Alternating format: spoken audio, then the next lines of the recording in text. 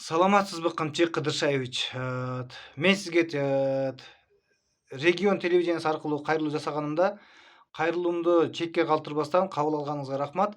Ошол кайрылуумдан кийин мен кайрылганымда Жапарова Айыма, Давитбек кызы Гүлнур, Жамбылова Жыпаргүл деген 3 кыз аркылуу кайрылдым эле. Булар мошенничество боюнча иш кылышкан. Жапарова Айыманы ИВСке алып кирди, Свердловский РОВД. Азыркы күндө Свердловский райондук сот карап атат ишини, бирок алдыга жылбай жатат. Постоянно жылдырып, сотту наракка жылдырып, беракка жылдырып, эч кандай сот жүрбөй жатат. Давитбек кызы Гүлнур менен Жамбылова Жыпаргүлдүн ишини Свердловский РОВДга арыз жаздым эле, алар карабай коюшуп, Жалал Абад шаардык ички иштер бөлүмүнө жаздым арыз.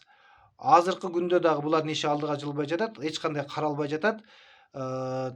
Давитбек кызы Гүлнурдун күйөөсү прокурор экен. Ошол менин оюмча ушу прокурордун аялы, прокурордун прокурор күйөөсү крышевать этип буга ошон үчүн эч нерседен коркпой, мына азыркы күндө деле бүгүн мына 13 март күндө ушу күнгө чейин азыркы күндө дагы элди алдап, акча салдырып жүрөт.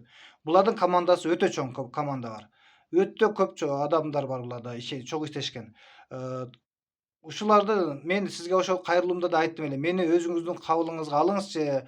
Прием кылсаңыз мен барып булардын бүт бардыгыны кимдер катышат, канча адам бар составында, кандай кылып жатат, бүт бардыгын мен айтып берейин дедим эле. Азыркы күндө мен муну сот органдарына дагы, прокуратура органдарына дагы, ички иштер бөлүмүнө да, милиция органдарына да такыр эч кимге ишеничим калбады. Ошол күндө да айттым эле. Бир гана сизге кайрылуу жасап атам. Мүмкүн болсо кабыл алсаңыз мен сизге ушуну баш аягынан бери айтып берейин. Ким башында ким турат, аягында ким турат? Булар көп адамдар булар, өтө көп адамдар булар. Азыркы күндө дагы общий групповой болушуп, дагы адамды элден алдап, акчасын бербей, кансыздатып отурат элдин бардыгына. Мени кабыл алып коюңузчу суранам, Камчыбек Кыдыршаевич. Мен сизге бүт булардын эмесин ачып берейин. Кылмыштуулугун бүт баарын ачып берем.